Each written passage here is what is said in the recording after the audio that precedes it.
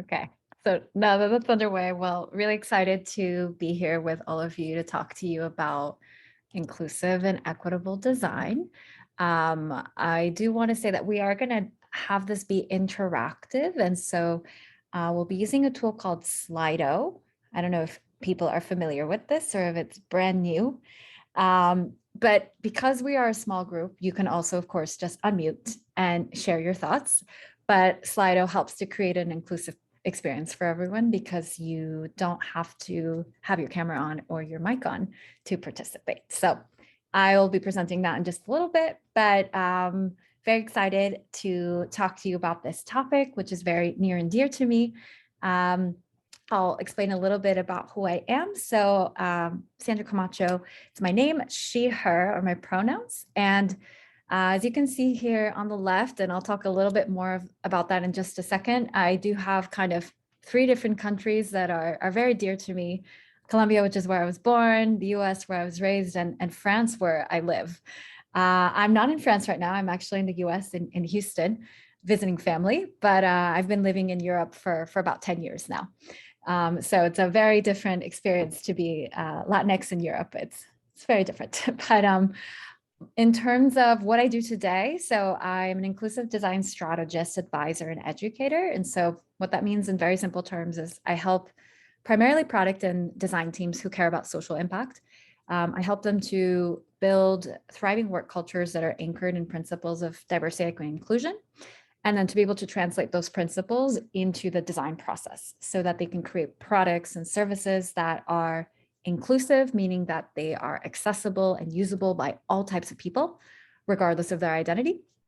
And also to be thinking about equity. So how can we start to break down some of the more structural barriers that prevent people from accessing resources, knowledge, and opportunities? So I'll talk a bit more about my background in just a second, but I work under the alias Sandra By Design, which is why that's a little bit all over the place. I'm also the community lead of a community called the Inclusive Design Jam, which is really new. It actually just launched last month. But if you do, I'll talk about them at the end of the session as well. But if you do want to continue the conversations, to dive deeper into the topics, I launched this community last month to really be able to bring together people from all over the world who are really committed to making the access and use of products, services, and environments equal to all. And so we really believe that education is kind of a key piece to driving change towards a more just future. And so we do workshops like this. We do community jams where we jam around topics related to equity, to ethics, to inclusion and design.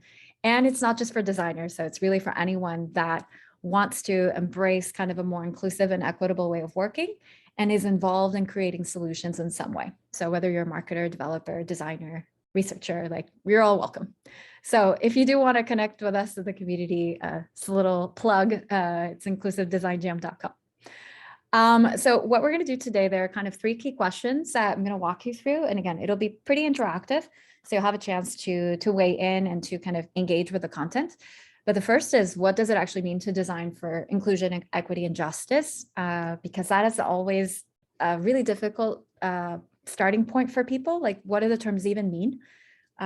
Because especially equity can be commonly confused with equality, and it's not the same thing. So we'll talk a little bit about that and what that means for design work, whether it's UX design, UI design, product design, human-centered design, service design, or even design work done by non-designers.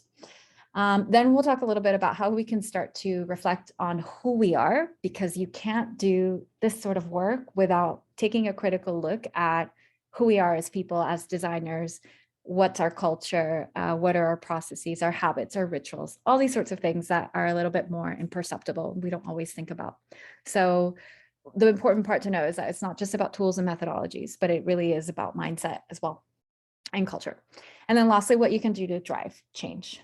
And I realize I lost all the cameras, so I am talking to a room of pictures, but it's no problem. So at any point, if you do have questions, feel free to turn on your camera or your video, or your mic.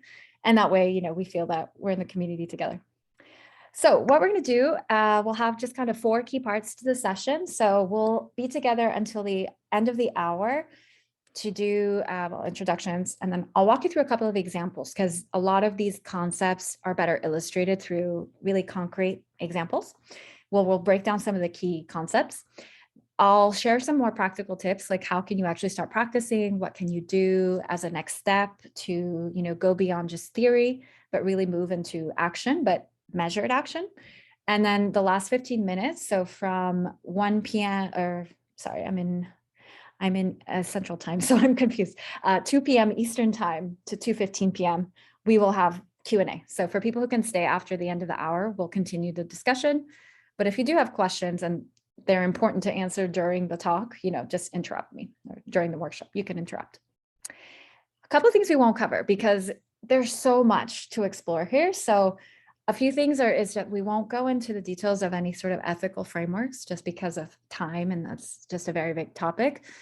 We won't go either into details around tools or software. And for instance, anything very specific about accessibility, like for example, like specific guidelines that you should follow for, interface design. We won't be going into the nuts and bolts of things because it's very important to start with the foundational understanding, which is like principles, terms, and concepts. Like that's really the best starting point if you're only starting now with this topic. And then anything that requires just kind of a lot more discussion and for us to kind of unpack and break things down, that can definitely happen in Tequeria, in the UX channel, or the Inclusive Design Jam community, if you want to join us there. So one final thing. So Brenda, I will turn to you. We will have closed captions and a live transcript. So for anyone who can benefit from seeing a live transcription of what I'm saying, I'll try my best to also include kind of audio or visual description. So anything on the slides in case you're not looking at the slides or you may have any sort of impairment where you can't see what's on the slides. Just want to make sure that I'll include that for you. And like I said, we'll be using Slido. So if you need a screen reader or if you need to, be able to navigate via your keyboard, there's a couple of tips here on how you can do that. So using VoiceOver on Apple products or the Chromebox extension on Google Chrome. So Brenda, could you turn on the live transcription if it's not on already? Yeah, it's enabled. Okay. So for anyone who does need that, oh, I do see it. So for anyone who does need that, you can just click on the plus, the kind of 3 dots in Zoom, and you can turn on either closed captions at the bottom or a live transcript, which will show as a panel on the Zoom platform. Okay, so to get started, it's really important. I would just say I recommend everyone in the room to think about whether you're a designer or not. You have to really think about the lens that you're using to design. And a lot of the times with human-centered design, we think, okay, we're practicing empathy. I'm coming in as a neutral, objective designer. I have my methodology. I have my set of tools. I have, the practices and the mindset. But with this sort of work, when we're really trying to be more mindful of inclusion and equity, we really have to question who we are as people. And we are not neutral. Like humans are very complex and humans have a lot of biases. And so I'm going to talk to you about my lens, just so you can kind of see what this looks like in practice. And this is actually a great exercise you can do with your teams. It's called a positionality exercise, where everybody in the room kind of lays out what are the different kind of lived experiences and identities that we all bring to the table, and how has that shaped kind of how we do research, how we design, how we interpret what we hear in interviews or what we see in observations or in user kind of usability studies, et cetera, et cetera. And so my lens is a multicultural lens because, like I mentioned, grew up in Colombia, born in Colombia, grew up in the States, been living in France. So I do try to kind of bring cross-cultural and multilingual perspective to my work. It's also cross-disciplinary because my background is actually not just in design, but I worked at Google for 8 years. So I, like all of you, worked in tech, but mostly on the digital kind of analytics, product commercialization, and sales enablement side of things. So that was kind of my day job for about 6 years or so, or 8 years at Google. But I've been carving a path toward designing for social impact in parallel to that. So I have an undergraduate degree in the social sciences. So I did not study design undergrad. I did go to design school for my master's degree, did design innovation strategy at a school in France. I worked at an NGO for 6 months. I went on sabbatical leave and really wanted to experiment putting design practices into practice in the humanitarian sector. And then I did for about 6 years at Google. I did a lot of side projects related to design-driven innovation. So that's kind of my lens in terms of my profession, kind of bringing in this multidisciplinary view and then coupling that with kind of the cross-cultural view, and also my position as a Latino woman who is cisgender and heterosexual. And so when we put it all together, this is who I am actually. And as we can see in terms of our identities and in society, there are certain identities that will give us privilege. So as you can see here, everything that's a light colored. So the fact that I'm cisgender, which means that my, for instance, assigned gender at birth corresponds with my gender identity. So the fact that I was assigned female at birth and that I identify as a woman means that I'm cisgender. Not everybody has that privilege. For instance, if you identify as transgender, that could actually be a barrier in society. And so that's just an example of how things that we kind of see as the default or the norm. So for instance, being cisgendered or able-bodied, for instance, not having a disability, the fact that some of us in the room may or may not speak native English, some of us may be part of a certain socioeconomic class, such as middle class, middle upper class, the fact that we have higher education, the fact that we work in tech, the fact that we, may have US citizenship or citizenship in other Western countries that give us, the ability to travel to certain parts of the world without a visa, like all of those are privileges. But at the same time, we have this kind of unique set of barriers that we're facing as well. For instance, in my case, being a woman or not being white or speaking French, for instance, with an accent, et cetera, et cetera. So this is just my lens. I wanted to be transparent with you all. And I will ask you a question in just a second about what's your lens. So you can start to think about who you are as designers and how your identities, again, shape your privilege and the barriers that you face in your work and in life. So this is where we're going to start a little bit of the interactivity. And the tool that we're going to use is Slido. And so as you can see here, there is a QR code where you can just take your phone and scan that, or you can just go to slido.com. So I've put the link in the chat and you can just put in the hashtag or the code inclusive design without the hashtag in front of it. And that's going to allow you to connect to our tool, interactive tool, where I'll just be asking you a series of poll questions. And that way you can just share. But anybody, of course, who isn't able to connect to the tool, you can, of course, just answer the questions in the chat. And if you don't have access to the chat, if possible, you can just unmute yourself and answer out loud. So I'll give you all just a few moments to connect to the Slido. And if you have any issues, just unmute and let me know, or you can just tell us in the chat.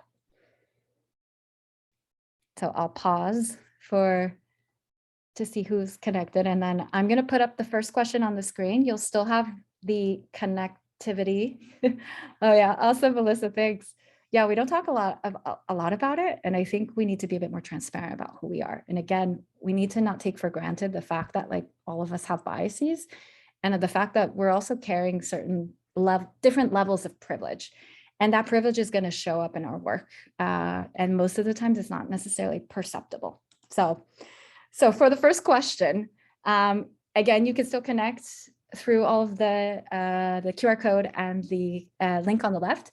The first thing, just a very simple question, just to make sure people are connected. Where are you dialing in from? So city, country, whatever you want to share. So we have San Francisco, and it seems like I'm in San Francisco, but I'm actually not. I'm in Houston. But we have Los Angeles, St. Louis, fantastic. Okay, New Hampshire, New York, Portland. So very US based already what I see. So most of the people on the call, maybe everybody is from the US. Okay, fantastic. All right, so it seems like Connecticut, New York has the most geographic representation today. And then I want to just ask you, what's your role, your profession? So how would you describe what you do? Oh yeah, this tool is actually really cool. So I recommend it for anybody that's doing any sort of interactive workshops, because it works really well with a group of 5 people and up to even like hundreds of people. But yeah, okay, so we see we have quite a mix: researchers, strategists, designers, developers. Awesome to have a developer in the room. Okay, so it seems like a good mix of researcher, developer, designer, and product manager. Okay, awesome. Cool. So I think this is going to speak to everyone. We're going to talk about both physical products and digital products and some services today. So it should be pretty reflective of the people who are in the room. And it seems like our researchers are really the most commonly represented.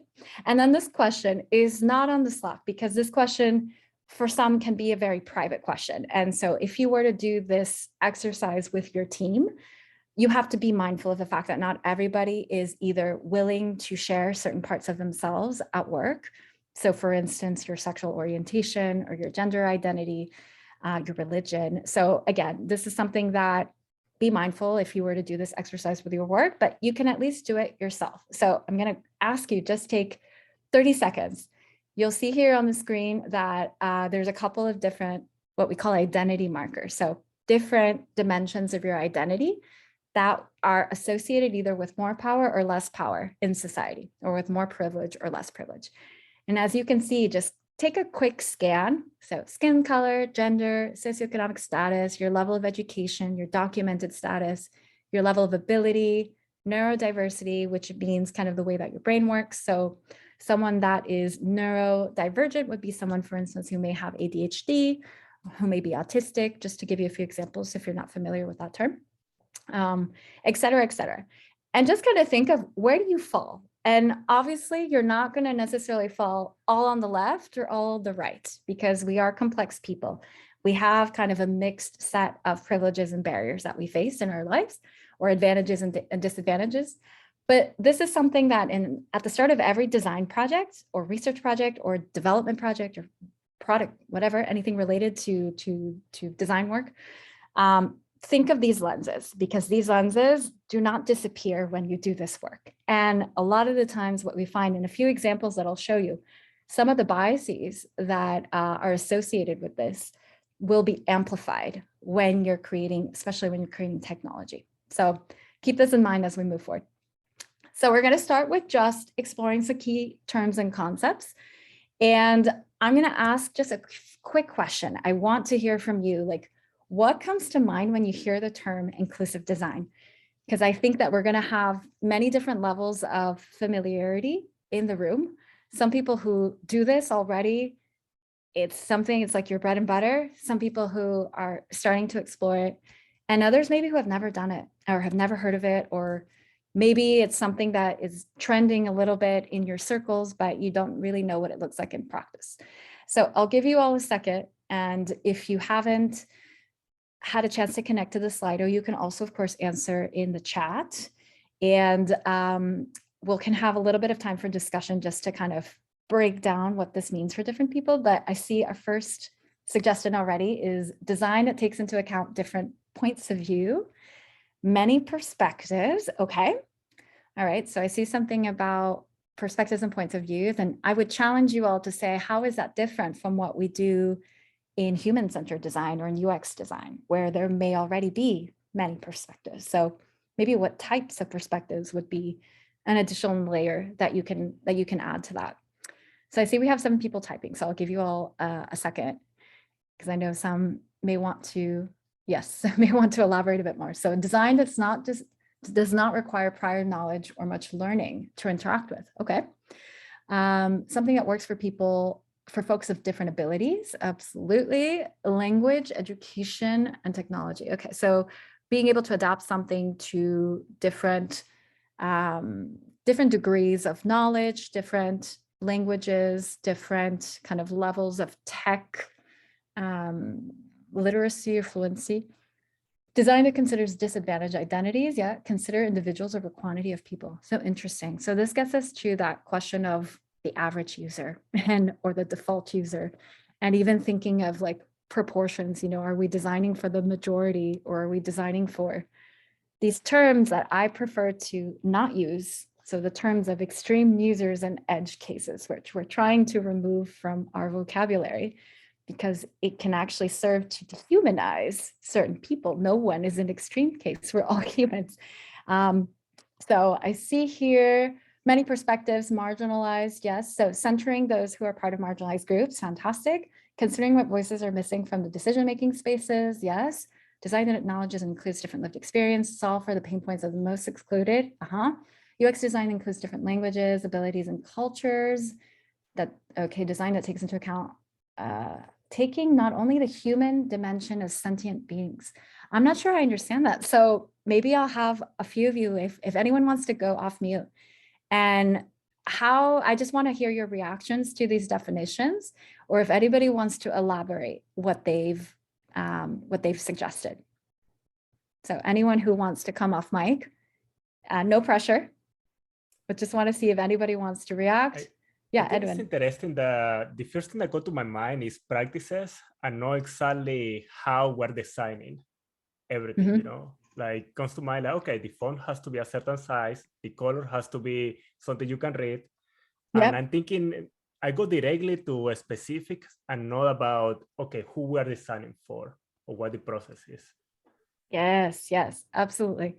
So yeah, so I think a lot of the times, and this is what happens where usually we see this a lot with accessibility, where you design something, you go through all the stages, and then in QA, it's like, oh, accessibility, let's check the list.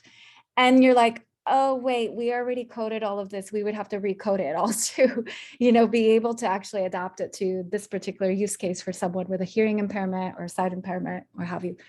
And that's where you have to think of like, it's the end-to-end process. And then you also have to think of like, well, that means that perspective either wasn't represented in the design process. So when I say that perspective is someone, for instance, with a visual impairment, or that perspective wasn't valued or given any. So it's kind of interesting here, like someone mentioned, solving for the pain points of the most excluded.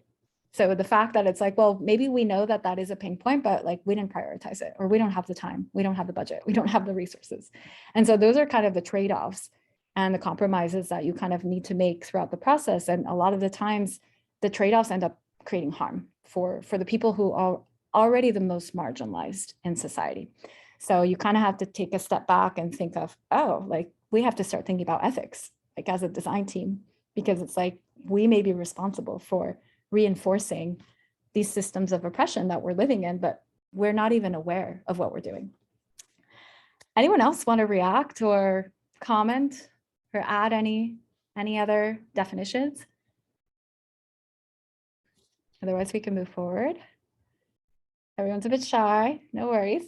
So what's interesting to me, what I really loved in all of the definitions is that they were very broad, because a lot of the times when I talk to different audiences or different people about inclusive design, the first thing I hear is, oh, designing for accessibility or universal design.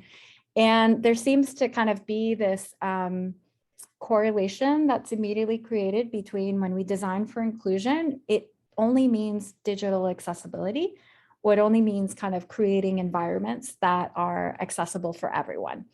And this is kind of tied to the history of this work, because it did start with thinking of how can we create a physical environment. So for instance, the development of curb cuts, which allows for people to, have that safe passage between the sidewalk and the street, which benefits not only people in wheelchairs, but anyone who, if you are roller skating, if you are a mother with a stroller, if you have a big suitcase, if you're walking with a cane. So that's kind of the notion of universal design, where you create something, we take into account a specific set of needs from those who are the most disadvantaged.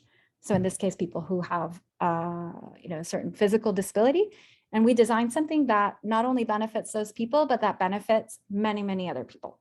And I'll go back to this a little bit later, because it is one of the kind of benefits that we tend to talk about with inclusive design. But I want to just bring up one particular kind of concept that will be very important when you are designing for inclusion and for equity. And it's the fact that a lot of the times when people design for marginalized groups, they will see kind of this sort of visual of different members of that group. So for instance, we're looking at 3 disabled people. Their disabilities are very different, but when we're thinking, okay, how can we design for people with disabilities? We may start here, we may start understanding, okay, what are their pain points? What are those barriers that they may be facing in the physical or the digital environment? And exactly as Edward was saying, like, how can we adapt whatever we're building, whether it's the interface, whether it's a physical product, to be able to, work around some of those barriers, or to, facilitate use and to facilitate access. And while that's a great approach, it's missing something. And it's missing the fact that, well, if we actually look at these three individuals who are all from the disability community, they are all actually having very different life experiences. So they may have the fact that a disability is part of their life. They'll have that in common. But someone who's a 33-year-old Black Eritrean woman who is blind and deaf will have a very different life experience in terms of the privileges and the barriers that she'll face in society, compared to a 58-year-old white European man with Crohn's disease, or even a 26-year-old South Asian woman in a wheelchair with brittle bone disease. And so what we can see here is that already the disabilities in and of themselves are very different. And so we need to be designing not just for a singular disability community, but for all of the diversity in terms of the types of disability.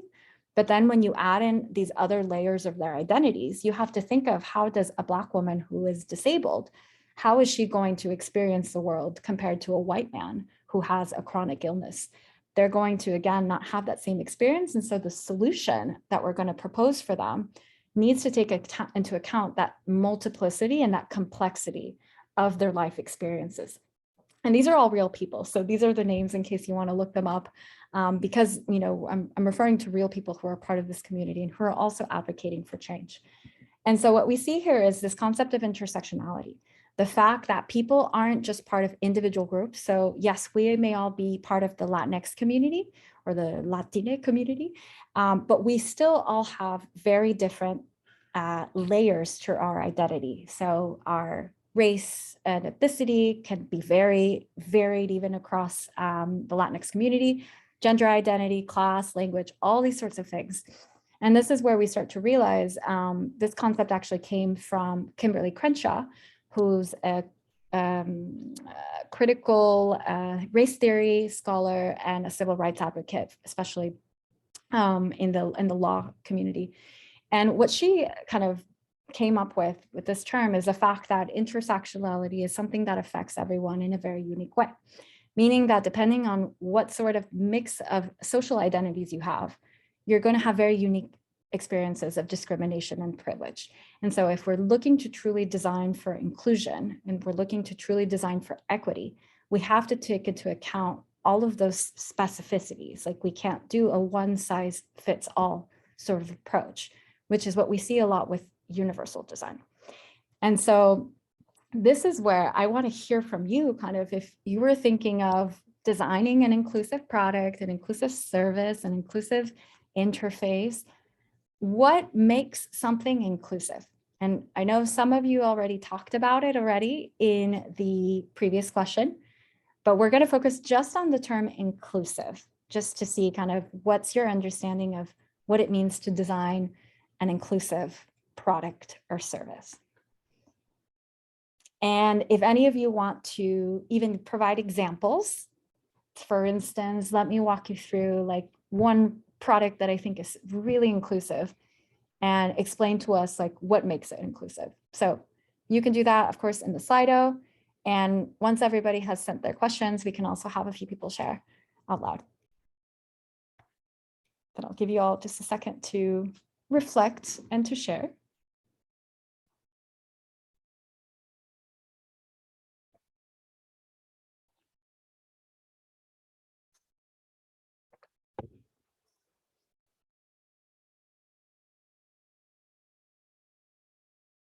I love the suspense. I'm really excited. I'm really excited to see what's going to come up. All right. Especially, I love the indicator. This is new in the tool. We didn't used to see before how many people were typing. And so I had no idea if people are actually doing anything or if I'm just waiting in silence. But this is great. Okay. So being sensitive to terminology. Okay. Usable by all. And I would say it would be interesting to hear all, like, what does it mean to be usable by all? Because we do talk a lot about human-centered design, which is designed for people. I mean, obviously we have target users, we have personas, but I think it would be good to question what we mean by all. various cognitive abilities. Fantastic. So that's where we start to think a little bit of neurodiversity. Allow users to have a similarly pleasant experience regardless of who they are. Yeah, so I think similar, I think that's where we start to think of equality. Oops, sorry, I cast ahead by accident. All right. That it can be used and enjoyed by people of different circumstances, backgrounds, and abilities. All right. A solution that doesn't set a standard, but gives flexibility in a way where the product conforms to their lives and not the other way around. For example, instead of asking people to select from a drop-down what their gender is, providing a blank box. I think this is super interesting. And I don't have examples of this today, but I have an article I can share with you afterwards that shows kind of the ways that you can go from slightly inclusive to more inclusive and to fully inclusive. And of course, there are no, rights or wrongs or like very strict guidelines, but picking gender is actually a good example of that, where a lot of the times the default is male, female. To get it more inclusive, it's male, female, other. You may have male, female, non-binary, other. And the best is either giving people, baseline options to choose from and having them fill in the blank, or just have it be blank altogether. So I think that was a really good example. Able to be used by persons with disabilities, a design that considers persons from different backgrounds, religion, culture. Yes. And I would say I would question and challenge the use of the word consider. So what does it mean to consider? So I would say, is it the same as prioritizing? Is it the same as centering? And that's where we'll start to see a little bit of the difference between inclusion and equity. As spoiler alert, equity is more about centering those who not just are from different backgrounds, but are from the most disadvantaged backgrounds. Some thoughts include reviewed research, the many types of research. Okay, tests, reviewed, prioritize, that push. Okay, so it seems just kind of being able to do different types of research and testing is what I'm hearing here I assuming to ensure that the solution is inclusive.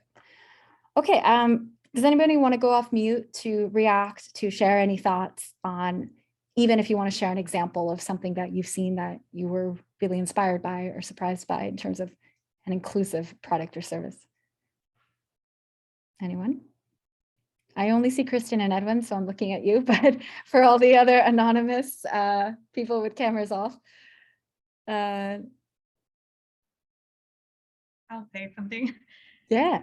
There's something about not assuming. So like you're basing it on research and all these things people have mentioned, but then you're understanding that you know nothing at the end of the day, and that you need to continuously check. Yeah, I'll stop there. No, I love that. And to react to that, like, it makes me think of the fact that designers, and this is a generality, but a lot of designers think they know it all. And that, even if you do user research, you also have to think of, well, how am I interpreting the user research? And am I projecting, and I know we talk a lot about debiasing and, ways that you can, for instance, ask certain questions to ensure you're not leading the user. That's common, that's part of the methodology. But how we thought about how the fact that maybe if I am a man interviewing a transgender woman, how may some of my assumptions about what is the norm or what's the default, how might that show up in how I interpret this person's answers? Or how the fact that, even in terms of like the follow-up questions or things that you're observing, like you still are bringing your own lens to that, no matter how objective or how neutral the methodology tells us that our work is. And so this is where, again, I love the idea that, we don't know everything. We have to constantly be challenging ourselves. And also you have to be holding space for people to share their lived experience and to be able to value expertise just as much as someone's lived experience. And I think that sometimes in the design world, that doesn't necessarily happen because you have design expertise here, but what users say, especially those from marginalized communities, that may not necessarily be on an even playing field. And that's where we have to start thinking even of power dynamics, like how is power showing up when we do research? How are ways that we may be reinforcing certain power dynamics in our position as a designer relative to someone that we're interviewing?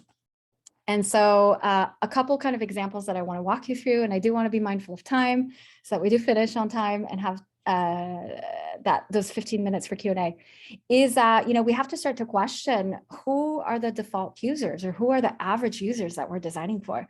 And this is clearly from way back in the day. This is an old school camera, physical camera that has, technology built into the camera to detect if someone blinks. And as you can see here, it's pretty obvious that they weren't using a diverse enough user panel to be able to test if the sensor is able to detect blinking in all sorts of face shapes and eye shapes. So as we can see here, the person of Asian descent by default is picked up as blinking. And we can kind of, laugh it off and say, oh, it's no big deal. But the fact is, like, what this camera is doing, it's basically reinforcing racism. And I know that for some that may be like, oh, that's very harsh, that's a bit exaggerated, but in all instances, it's basically saying that we're designing a product that doesn't adapt to someone that doesn't have a specific eye shape. And what we see is that certain eye shapes associated with certain ethnicities are the default. And so this is where we have to start asking kind of certain questions like, actually, this technology in and of itself isn't racist, but we make it racist based on the fact that, like, it's not designed to adapt to all sorts of people. So it's a reflection of us, as a society, where some of our biases, if we're not checking them, or even our privilege. So if we look, again, this is something where it's not just a question of having people who are diverse on the team, but it's also making sure that there are processes and kind of accountability frameworks that will allow you to check for those biases and hold you accountable for mistakes that you may make. So I'll share another example with you. And you may have seen this. This is an example that went a little bit viral. I believe it was, it was around 2020. And this was on Twitter, where they were using an image cropping algorithm where people posted photos with multiple faces, and the algorithm would decide what faces it would crop and it would show in people's feed. And people then started to do experiments. And so the picture at the top, as you can see, no one would actually post this on Twitter, but as you can see, they kind of just put a lot of different people with different skin tones. Well, again, 3 men with different skin tones, 4, sorry, I can't even count. 4 men with different skin tones. And as you can see, by default, the algorithm was favoring a certain type of individual. And it even happened in the second example at the bottom, which is pictures of Mitch McConnell, U.S. politician, you all know, U.S. politician, and President Barack Obama. And even in those instances, no matter what order the photos were in, so whether Mitch McConnell is on the top or he's on the bottom, the algorithm cropped the photo to not even include the most, important person in parentheses, in quotation marks, but really the person who seemed to be favoring people who are white. And so again, this is another instance of, is the technology racist in and of itself? Not necessarily, but the fact that those that were creating the algorithms behind it weren't necessarily using a wide enough data sample and weren't anticipating the potential ways that bias could be amplified, or that, specific ways basically where the bias could go unchecked. This is what we get as a result. And so let me show you an example then of a product that is much more inclusive in nature. And this is where we see this example from Google. This is Google Duo.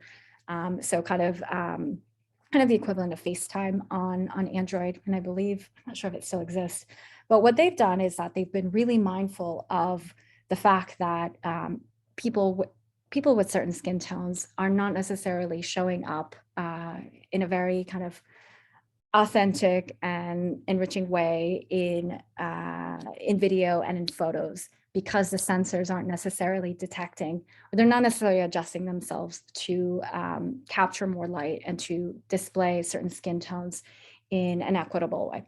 And so this is an example of where Google actually did a lot of testing, and they've done this not just in their video software or in their, basically in Android, but they've also done this in their phones in terms of, like, say, the Pixel.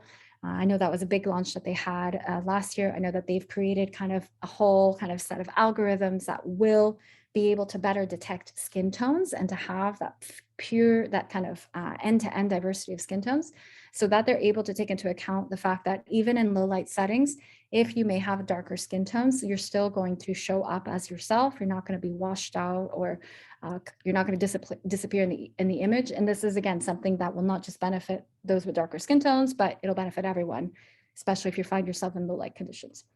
So again, another example of how we go from products that are exclusive or that amplify bias to something that, when we intentionally bring in a more diverse set of users into user research and to testing, and we start to check the algorithms for bias, we can get to solutions that are more inclusive and that are usable and accessible for more people. So now we're going to shift into, so what makes a solution equitable? Because I want to understand, what is the difference between something that's inclusive and something that's equitable? And this is, I know, dependent on your understanding of the term equity, which I know can vary depending on your kind of degree of exposure to this set of terms. But I would love to hear from you, kind of what comes to mind when you think of a solution that's equitable. Let's give you all a second to react.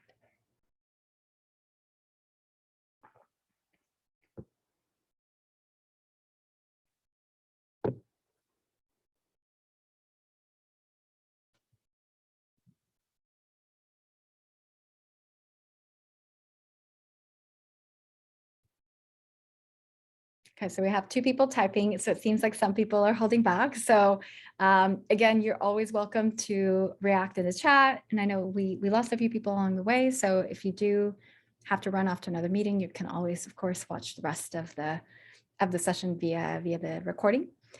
But yeah, would love to hear kind of what comes to mind. And if you don't know, it's okay. Like, we don't have to know it all. And that's why we're here to kind of break down some of these terms. And we'll see that just because something is inclusive doesn't necessarily mean that it's equitable. And so we'll see that in just a second with an example that I'll share. But I'm dying to see what you're coming up with. Okay, now we see more people writing. So thank you for those of you who are weighing in as well.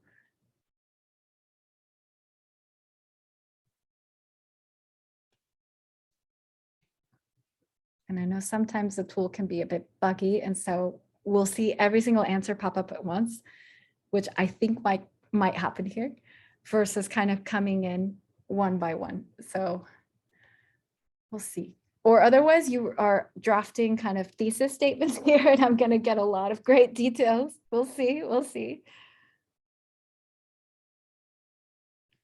Okay. All right. So I do love the candor here. So difficult to say. One would want it to be equal, that treats everybody the same. We're thinking a lot. Thanks, Angela.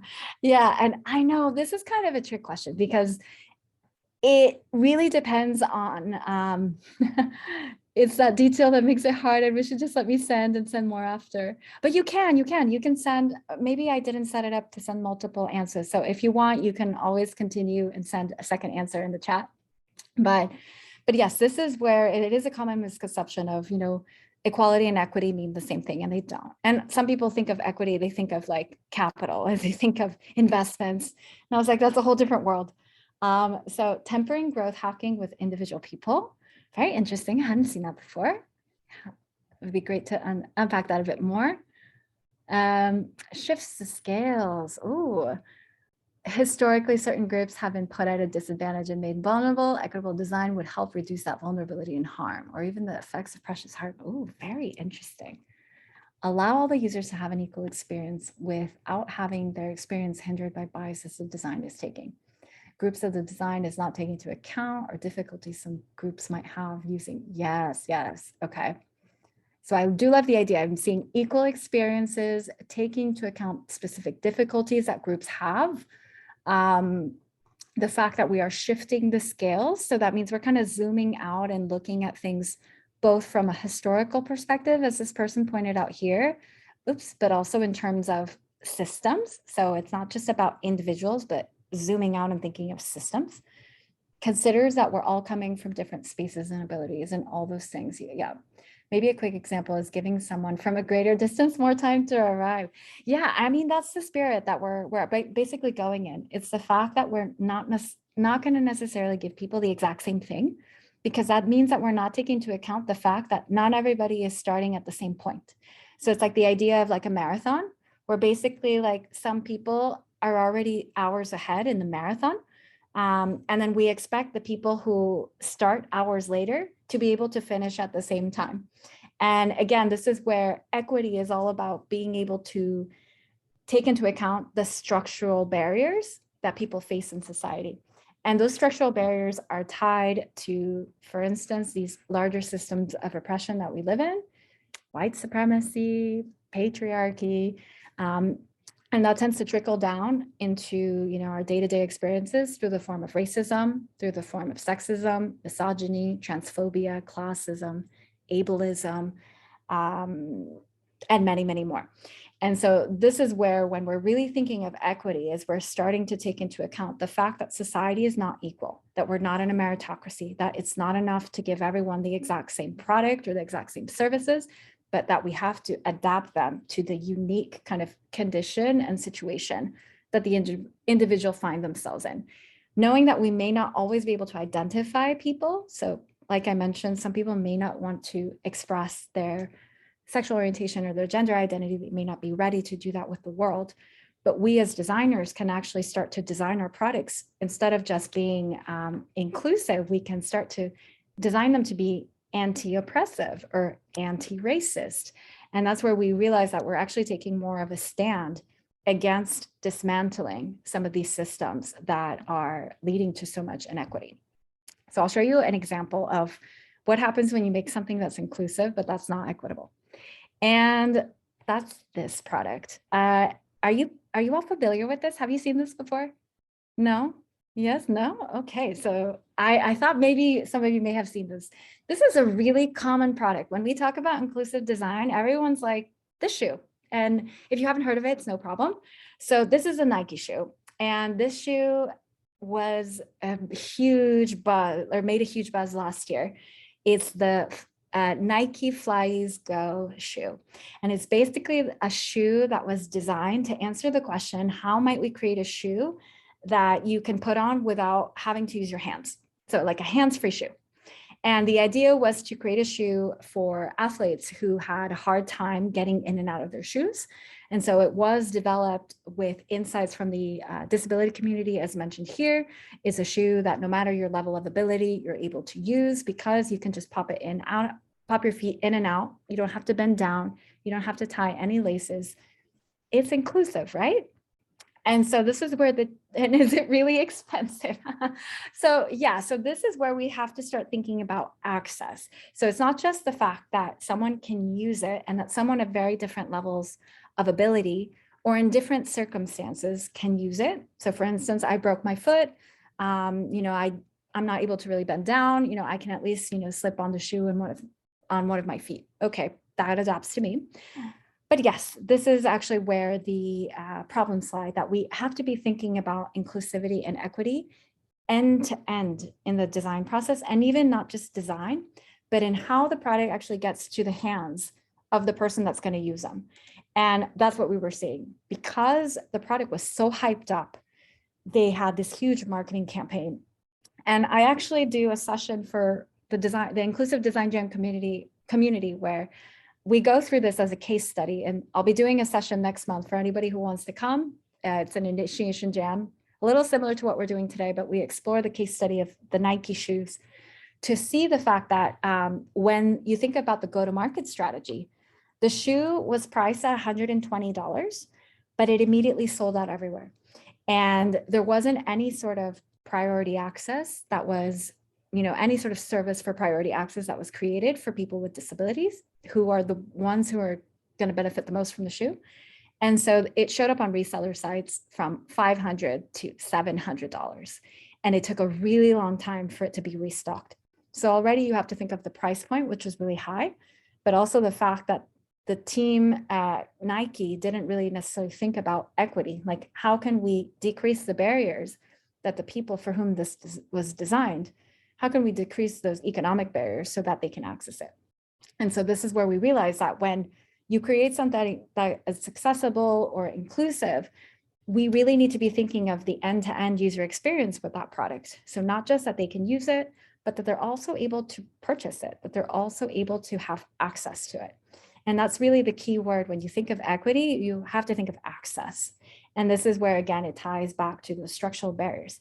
Knowing that, for instance, people with disabilities are less likely to, are basically more likely to have lower incomes because of greater limitations in finding employment. And so when we start to think of all of these different layers of this particular community, which again is also very multi-layered, like it's not just the disability community, but there are many sub-communities within that.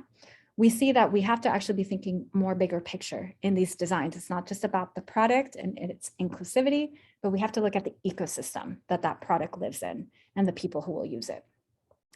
And another example is the fact that bias isn't just, for instance, bias in the Twitter image cropping algorithm, which doesn't, the harm that creates is that it just perpetuates bias and potential stereotypes. But here we see that bias can actually really lead to significant levels of harm.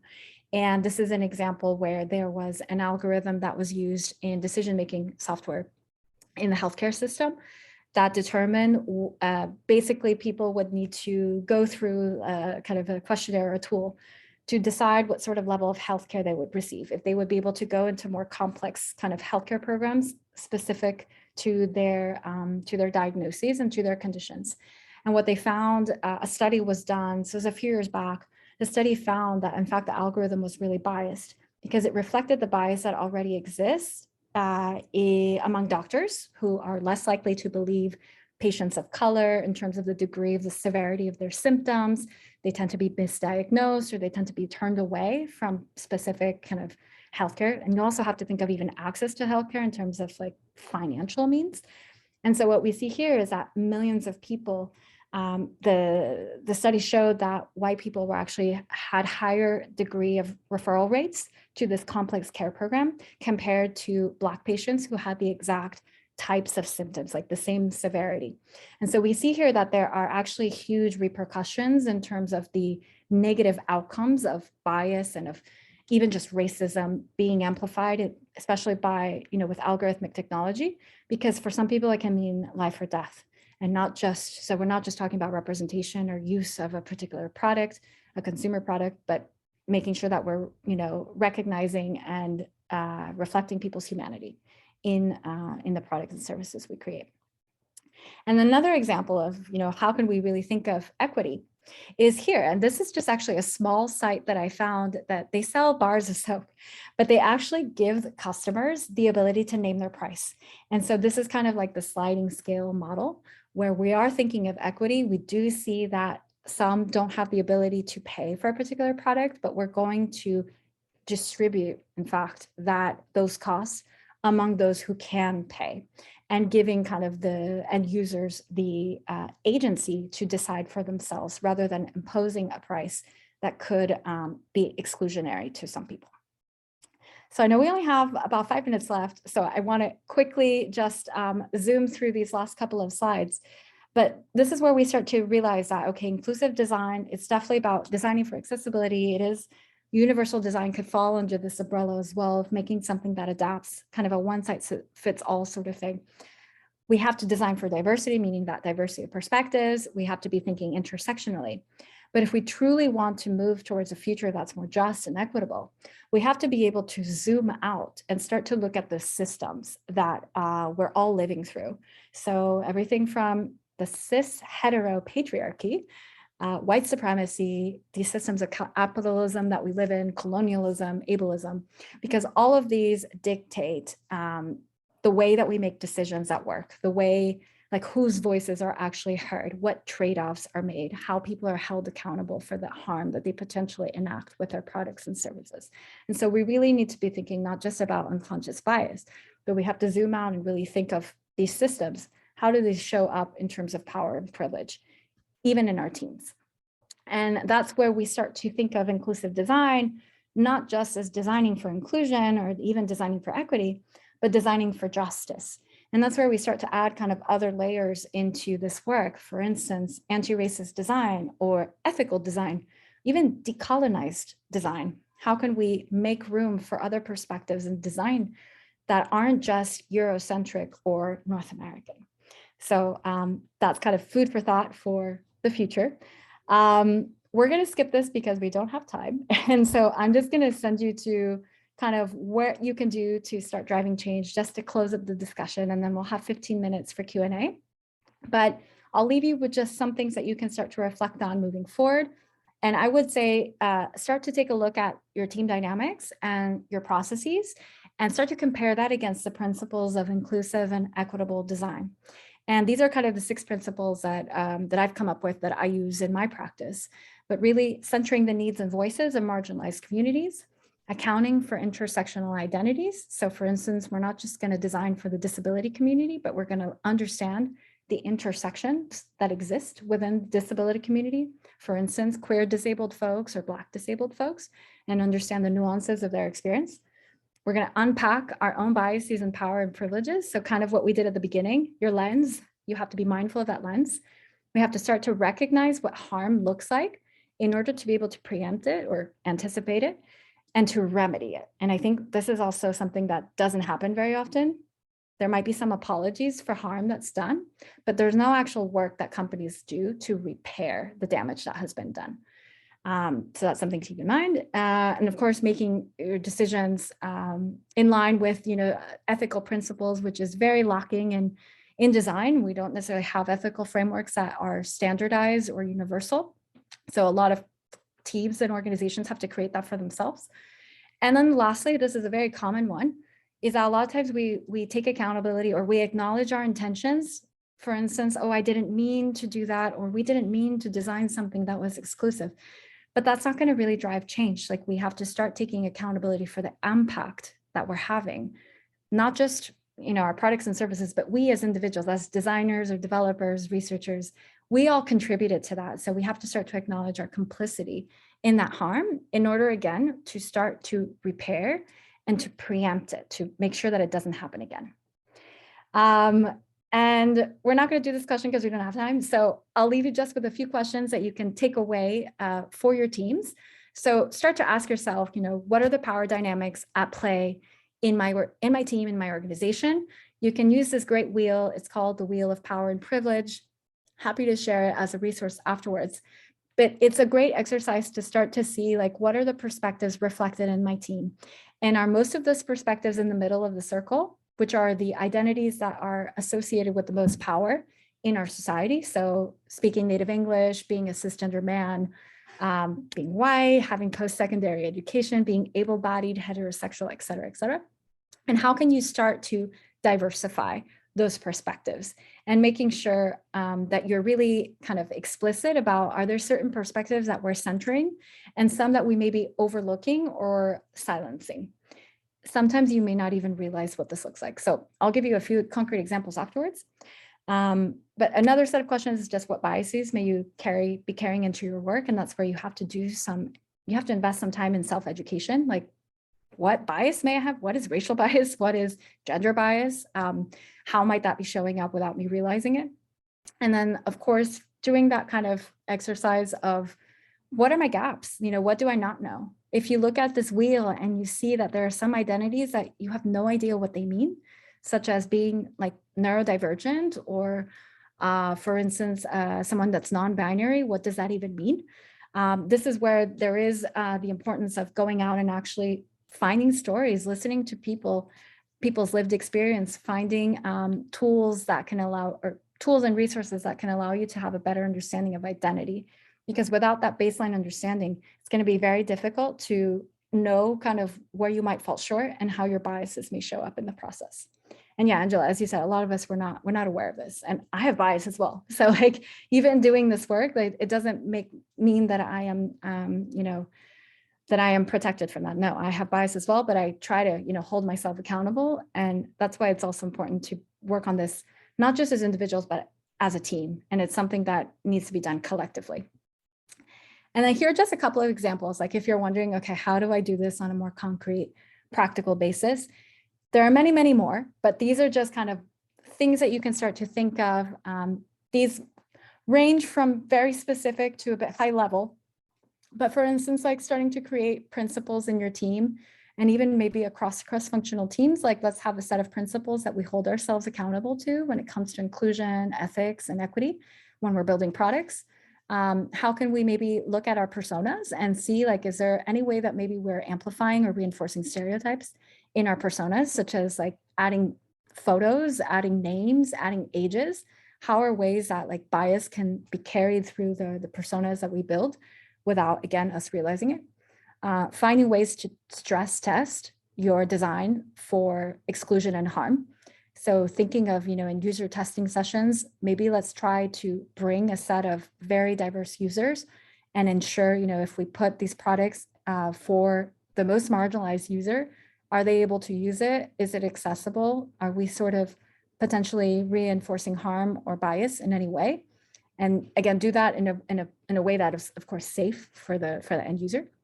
And then also thinking even about, are we paying people? Are we paying people fairly for the exchange of value that is happening in user research and in user testing? Even if the budget doesn't allow for it, like we do see that there's actually a lot of exploitation that can happen in user research and user testing, where people come and give their time and they're not necessarily getting anything back or being acknowledged for their contribution to the design of that product. Many more things here, but we have to cut. So I'll cut this too, but one final words, and I'll send you just a couple of resources here in the chat. But if you do want to continue your learning journey on these topics, there's a couple of things that I can share with you. I'll put them here in the chat. Wrote it up ahead of time to make it easy for you. I put together a resource library, which I put as a blog post on my site. So I just kind of curated a list of books, articles, videos, and podcasts that are a really great introduction to these topics. So if you want to check that out, it's the first resource here in the chat. Secondly, I actually write about this stuff. So I do a bi-weekly newsletter. If you want to hear a little bit more about me and the work that I'm doing in this and some learnings from the industry, best practices, feel free to sign up there if you're interested. Would love to have you join us as well in the Inclusive Design Jam community. We're hoping to be able to offer some deep dive trainings for people who want to go deeper. So for now, we're doing a lot of community work, but giving people the opportunity to keep learning and deepen that learning if they want. And then one final thing is just get in touch. So I do this work professionally. So if if you find that your team, may want someone to come in and do a session, training or a talk or anything like that, I'm available, but of course would love to just connect with other members of the community. If you want to just jam about these topics, happy to do that with you. So I leave you my LinkedIn in the chat. So at this point, I'll skip the feedback and we'll just make sure that we go to Q&A. I know we have 10 minutes, so a little less than expected. But yeah, maybe Brenda, I don't know if you want to say a few words, and then we can have 10 minutes for Q&A. Yeah. First off, thank you so much, Sandra. This was amazing, and we're so glad that we were able to host you for today. I'm just going to drop some links in the chat. This session was recorded, so it'll be available on YouTube if you're all, for those of you that are not staying for the Q&A. And so if you want to save the link, or if you heard about it on LinkedIn or the Techeria Slack or Notion, it will be shared on both the Slack, on the LinkedIn, in the event page, and then it'll also be in the UX Cafecito Notion. So if you know anyone or you want to rewatch it, you're welcome to see the recording. And of course, you're all welcome to apply to present like Sandra did today at the UX Cafecito. So with that, I'll just hand it back off to you, Sandra, and we can do the Q&A. Maybe you want to break down the slides. Yes, and then we can look at each other. I know that's the hard part with sharing your screen, that you don't see everybody. So hopefully it's off. We can all see each other. Well, Edwin and Kristen and the others, if anyone wants to turn on their camera again, totally optional. But yeah, I would love to hear if you either have questions or you have comments, or I don't know, you have reactions to share about what you've discovered today. Maybe it's new, maybe it's not new. I would love to hear from you. Yeah. Before we start, is everyone comfortable doing the Q&A with the recording? If not, then I can stop the recording. Or you can message me on Slack privately too. If you're all good with the recording, then I'll leave it on. I'm sure these questions will be helpful for other people. Okay. Anybody? Yeah, I mean, I think for me, the biggest challenge with inclusive design is balancing, the business needs or the business desires, and trying to get to the largest possible market. Yes. Even as basic as accessibility, like, well, how many of our users need accessibility? And then when we push that further towards all the other points you're making, it becomes challenging. So just curious kind of how you've been able to kind of break through that. Yeah. It's a tough one. And it's so funny because I actually just wrote a newsletter on this topic, like the business case. And what's interesting is, and I can show you the business case. These are the slides that I skipped, and it's actually tied to what Bran put in the chat before they left. But like usually when trying to get buy-in, and I'm just going to bring the slides up just for a second, but usually when we're trying to get buy-in, like these are the sorts of arguments that are made. The fact that and this is exactly what Bran said, like when you solve for one, you extend the benefits to many. And so there's this kind of storytelling around the fact that you are developing a product that can extend to and cover a large, scope of user needs, greater benefits. We see that, for instance, with closed captions that benefit people, not just with visual impairments or hearing impairments, but also benefits people who, may not have access to headphones, who are on the run, who are in an environment that's very loud. And so I know that this is kind of one of the arguments that can be used, the fact that like we're building basically better products that are going to be usable by more people. So the product excellence argument is something that I hear a lot. I'm not 100% in favor of using a business case because we have that. And we also have the fact, and I don't have it here on the slides, but there is also the idea of talking about the fact that teams that do value diversity and inclusion are associated with greater financial outcomes. So there's a very commonly shared study from McKinsey that shows that there is kind of a direct correlation, so not causality, but correlation between teams that do have greater ethnic and gender diversity in their leadership versus those that don't, because it leads to better decision-making, to improved collaboration, and ultimately to better financial performance. So I would say like, there's definitely something to be said about the fact that like, if the company wants to invest in diversity, equity, and inclusion, the senior leadership has to believe in it. And it needs to be tied to the values of the organization. If the senior leadership doesn't care and you have to resort to the business case, the problem with this sort of approach is that they're expecting financial returns from investing in inclusivity, equity, and accessibility. And that actually can, if we think of like that system slide that I showed you, one of the systems there is capitalism. And capitalism as actually the driver of a lot of inequity. And so there's actually a very stark kind of, there's a lot of friction between doing work that is good for the world, that has positive impact, and being profit-centric. Like it's kind of in direct, you could say it's in direct opposition. And so that's where we find that the people that are leading the charge on this are either, those that are led by their values, where we see that the leadership is able to accept short-term losses in order to drive, increased social impact.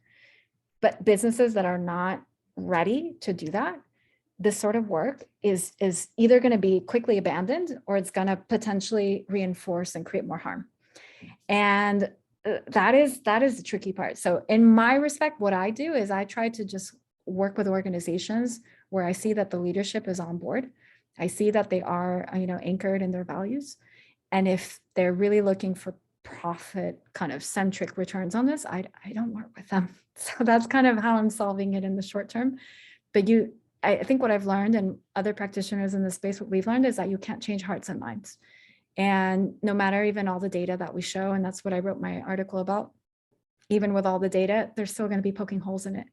And we realize it's just because they don't believe in the work. And at that point, you have to question, like, maybe this work, it just can't happen here and it needs to happen somewhere else. Yeah. Sorry, long answer to your question. Yeah, I think there's a lot of small decisions that are made as we learn more about UX and, for example, habit forming, right? And how that is somewhat abusive to people with different cognitive abilities.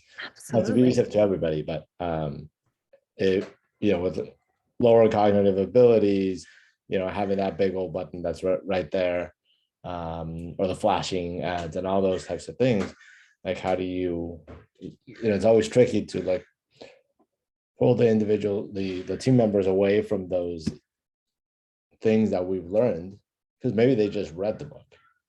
Well, it's like, how am I not going to use this latest trick? And I mean, I think this is where, and I don't want to not give time for other questions, but one comment to that is that a lot of the other practitioners that I'm connected to, we talk a lot about the fact that we need to start really early in designers' journey to get them to start thinking about inclusion and equity, because a lot of the times it's like design education, what you learn is in stark opposition, with, like even like dark patterns, which are now called deceptive patterns. Like it is part of the fact that, we don't have this ethical framework in design, and that there are, designers that are manipulating kind of things we know about psychology, about how the brain works, to get people to engage in certain actions that are not in their best interest. And I feel that to me, that's an ethical dilemma or an ethical discussion. And if leadership isn't ready or comfortable to have those tough discussions about ethics, like, I don't see things changing. And I think there's also a question of like, how can we hold these companies accountable? And so it's like, I think like we need to raise awareness. We need to call things out when we see it, whether we're designers or we're consumers, to start to put a little bit of pressure. But then it's hard to not feel jaded and like, it's like, oh, business is business, but there are good organizations that are doing this work or are trying to do work and change. And I feel like it starts with those early adopters who then lead the charge and model the behavior for other companies. And we do see there are trends in, among consumers that they do care about ethical companies and companies that value diversity, equity, inclusion. We see that there is kind of greater consciousness, social consciousness in especially Gen Z. Does that translate to corporate decision-making? A little bit. We're starting to see some progress, but it'll take time. Any other questions? I know we're at time, so if people want to stay a bit, 5 more minutes, but any other questions or comments? Yeah. No, not so much a question, more like a comment, because my question was exactly what Christian asked. It's so difficult because, if you're not in the position of power, or if you are not in the position of making a big decision making, like what can you do? Yeah. So at least from my perspective, what I have found most of my work is as a front-end developer, is that I can take the small wins, like, for example, exactly. I can go ahead and make the design that has the font is readable, yeah. For example, or the colors, speak with the designer about the colors to make the contrast that something that works. Maybe we have a radio button for the sex. Maybe it's change that, to take the small like wins that you can get, instead of trying to change the whole company, if you can, Yeah, I mean, I think I definitely love the concept of small wins and like incremental changes.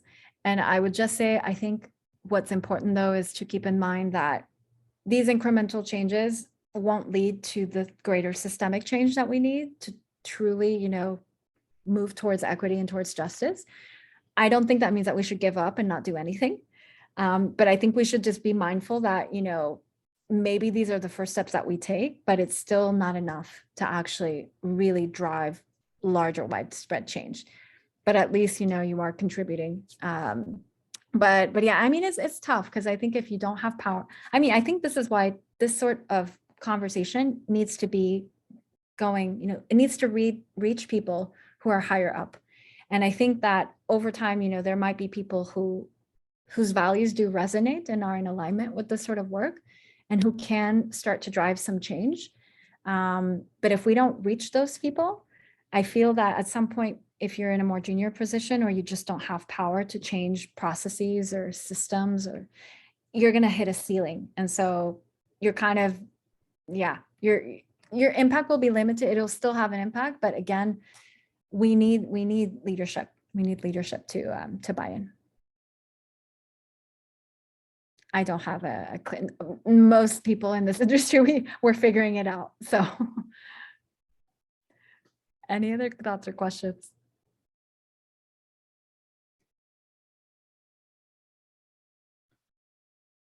Nobody? Nothing else? Angela? Yeah, I knew what you were called.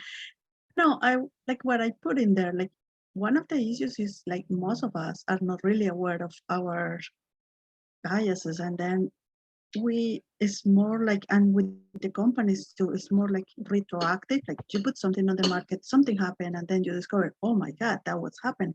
Yeah. But it's because, yeah, like the culture, you grow up, you're used to this is the way things are done, and it's so difficult for you to kind of look inside and like, something is missing here. And kind of like taking also your point, like I work from my perspective as a woman who had like certain advantages, and it's kind of difficult. You can try, but it's not always been perfect to put myself in somebody else's shoes. Like you can try, but it's Exactly. not gonna be 100%. So yeah, I think you should take the small wins, but I do think that we can also try to work or talk with our wallets and try to push a little bit that the change keeps getting made. So Yeah. that's my 2 cents. I love that because I think like today there's just a lot of lack of awareness. Like people just don't know. And I think like if we can even just start there, get more people, whether it's leadership or whatever position you're in a company, but also consumers, I think like that's where we'll start to see some shifts like over time. And I think another thing is, you know, I don't know if in your organizations there are any initiatives around diversity, equity, and inclusion, because I know a lot of companies have unconscious bias training and all these sorts of things, but it sometimes doesn't reach product, like how we build products, how we design, how we do research. And there's this like huge gap because it's like, oh, that's how I work, you know, how I interact with my coworkers, how we hire people. And that's part of it, but it's also like our business practices. It like Edwin, you were saying that it's our practices. Like it's not just hiring. And I think that's kind of my mission to bring attention to the fact that, you know, diversity, equity, inclusion is something that cuts across the entire business. And to yield the full benefits for those who care about the business case, yeah, if you want to get those benefits of innovation, improve collaboration, employee engagement, you know, there are studies that prove that, you know, this leads to those things, but it's not enough to just focus on hiring. Like it has to really be spread out across the full business, including product design and marketing. So. Yeah. And I guess many companies think like, oh, we have Black people, oh, we have Latin people, so we're inclusive, we're diverse, and yeah, everybody's happy. We reached the point, and it's where it goes way more than that. Exactly. And that's the thing where we need to constantly challenging ourselves that the incremental wins and the small wins, they're great, but it's like the journey is ongoing and we're only here. And a lot of people just feel content, like, oh yeah, we did this, check, done. There's diversity. They have a say, sort of, they can speak up at meetings, not really, you know, even then that's kind of, you know, again, thinking of the journey, it's like diversity is having diverse people. Inclusion is making sure that they, you know, they have a voice, that they're respected, that they're valued. equity is, making sure they have equal access to all opportunities and resources, et cetera. And justice is like, we break down these systems of oppression, which again is very idealistic, but like there are ways to go beyond just those first steps. And yeah, we need to just be courageous and take action and not be content with the status quo. So we can maybe leave it on that topic, on that note. Thank you all so much. Really appreciate your great questions, this conversation. I hope that, yeah, we can keep the conversation going, whether it's in Tequeria, in the UX channel, in the Inclusive Design Jam, directly, whatever, however you want to keep the conversation going. That would be great. Thank you. Yeah, Thank you so thank you. much. Thank you. Bye. Hi, everybody. Bye all. I'll go ahead and stop the recording.